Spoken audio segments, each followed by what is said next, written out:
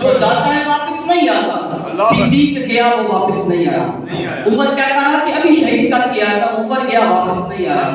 عثمان گیا واپس نہیں آیا. جو بھی جاتا ہے انہیں کا ہو کے رہ جاتا ہے, انہیں کے ساتھ مل جاتا ہے. اس لیے انہوں نے یہ فیصلہ کیا کہ کسی نہ کسی طرح امام الانبیاء کو شہید کر دیا جائے. اب اسی لیے آدھی رات کا وقت ہے, دارالندوا میں میٹنگ کے لیے جمع ہوئے ہیں. گفتگو ہو رہی تھی کہ دروازہ کھٹکھٹایا گیا. کسی نے دروازے پہ دستک دی, پوچھا کون؟ کہا دروازہ کھولو. دروازہ کھولا تو ایک سفید ریش بزرگ لمبی لمبی داڑھی والا کھڑا ہوا ہے.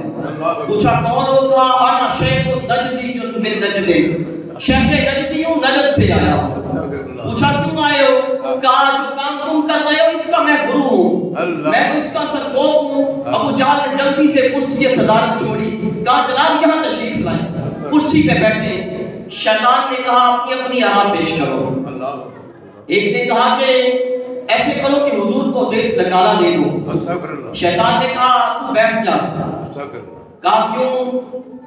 کوئی اعتراض ہو؟ کہا تیری رائے درست نہیں ہے, کیونکہ خود ہی کہتے ہو کہ وہ محبوب جس کی طرف دیکھ لیتا ہے جہاں سے گزر جاتے ہیں اسی کو ساتھ ہی لے جاتے ہیں. وہ کسی نے کہا وہ محبوب کل سونا ختم الرسول کہ رنگ دا گیا رنگ لاتا گیا. کہا اس لیے تیری رائے درست نہیں ہے, بیٹھ جا. دوسرا کھڑا ہوا.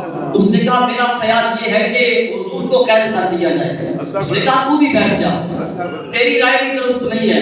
اس نے کہا اگر کوئی اعتراض ہو, جناب کوئی اعتراض ہوتا, تم خود ہی تو کہتے ہو کہ وہ نبی جہاں سے گزر جاتا ہے کئی کئی دن وہاں سے خوشبو آتی رہتی ہے. اس لیے بے شک ان کو تحت سرا بھی لے جاؤ, اس محبوب کے ماننے والے ان کو وہاں سے نکال لائیں گے. امام اہل سنت بولے اور کہنے لگے ان کی مہک نے دل کے گنجے کھلا دیے ہیں, جس راہ چلتی ہیں کوچے بسا دیے. جب سب کی آرام ختم